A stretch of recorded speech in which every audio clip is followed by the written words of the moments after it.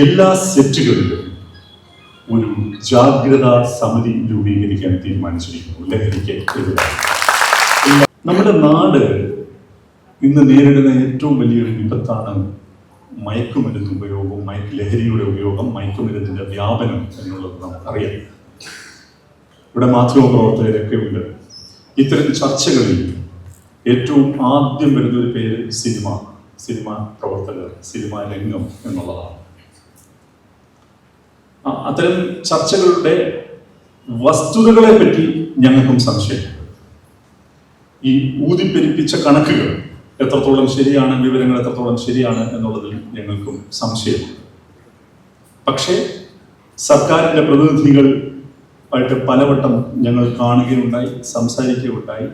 തീർച്ചയായിട്ടും ഈ സാമൂഹിക വിപത്തിൽ ഒരു സമൂഹം ഒന്നടങ്കം കൈകോർക്കുമ്പോൾ ഉത്തരവാദിത്തപ്പെട്ട കലാകാരന്മാരെന്ന നിലയിൽ, ചലച്ചിത്ര പ്രവർത്തകരെന്ന നിലയിൽ നമ്മളും ഐക്യദാർഢ്യം പ്രകടിപ്പിച്ച് കൂടെ നിൽക്കേണ്ടതാണ്.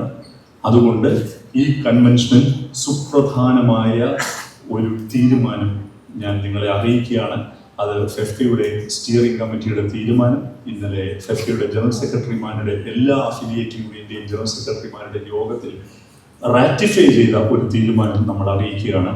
നമ്മൾ എല്ലാ സെറ്റുകളിലും ഒരു ജാഗ്രതാ സമിതി രൂപീകരിക്കാൻ തീരുമാനിച്ചിരിക്കുന്നു. ലഹരിക്ക് എതിരായി എല്ലാ സെറ്റുകളും നിരോധിത ലഹരിയുടെ വ്യാപനം, ഉപയോഗം എന്നിവയ്ക്കെതിരായി ഒരു ജാഗ്രതാ സമിതി രൂപീകരിക്കാൻ തീരുമാനിച്ചിരിക്കുന്നു. ആ ജാഗ്രതാ സമിതിയിൽ പ്രൊഡക്ഷൻ കൺട്രോളർ ഉണ്ടായിരിക്കും, സംവിധായകൻ ഉണ്ടായിരിക്കും, എല്ലാ വിഭാഗങ്ങളിലെയും ചീഫുമാർ ഉണ്ടായിരിക്കും.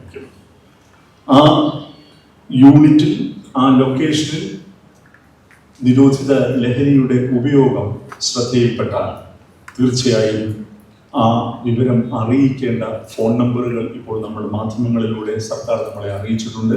ആ നമ്പറുകളിൽ അറിയിക്കുകയും അതത് യൂണിയനുകളുടെ പ്രതിനിധികളെ അറിയിക്കുകയും ചെയ്യും.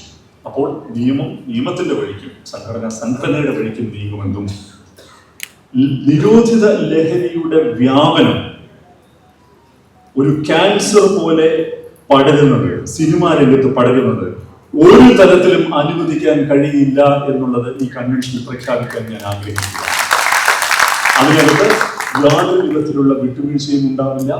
അത്തരത്തിലുള്ള ഒരു സമീപനമായിരിക്കും ഫെഫ്ക തുടർന്ന് എടുക്കുന്നത്. അപ്പോൾ ബഹുമാനപ്പെട്ട എക്സൈസ് കമ്മീഷണർ നമ്മളോട് സംസാരിക്കുകയും ഈ ഡിക്ലറേഷൻ ഫെഫ്കയുടെ പ്രസിഡന്റിനെ കൈമാറിക്കൊണ്ട് ഇന്നു മുതൽ ഈ സമിതി നിലവിൽ വന്നതായി തീരുമാനിക്കപ്പെടുകയും ചെയ്യുമെന്ന് ഞാൻ നിങ്ങളോട് അറിയിക്കുകയാണ്.